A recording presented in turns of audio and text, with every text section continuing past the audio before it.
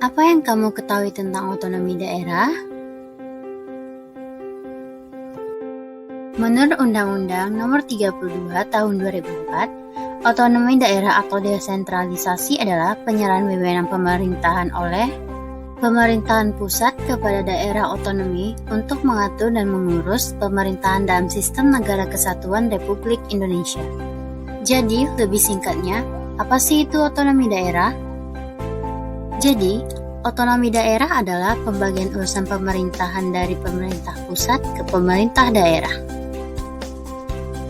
Di Indonesia, sejarah otonomi daerah ditandai dengan lahirnya perundang-undangan yang menggantikan aturan sebelumnya.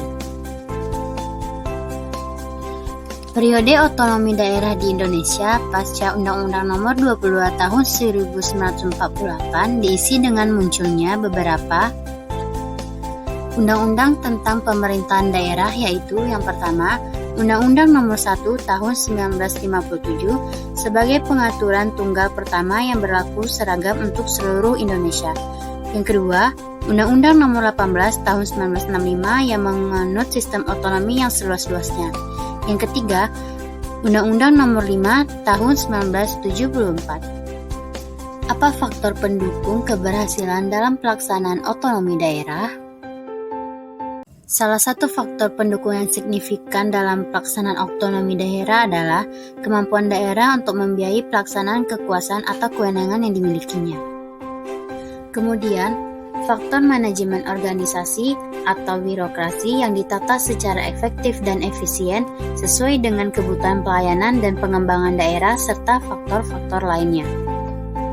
Daerah sebagai penyelenggara pemerintahan memiliki visi yang dapat dirumuskan menjadi 3, yaitu politik, sosial, ekonomi, dan budaya. Berdasarkan ketentuan Pasal 9 Undang-Undang Nomor 23 Tahun 2014, urusan pemerintahan terbagi menjadi 3. Yang pertama, urusan pemerintahan absolut adalah urusan pemerintahan yang sepenuhnya kewenangan pemerintahan pusat.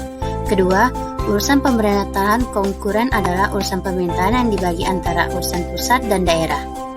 Ketiga, urusan pemerintahan umum adalah urusan pemerintahan yang menjadi kewenangan presiden sebagai kepala pemerintahan.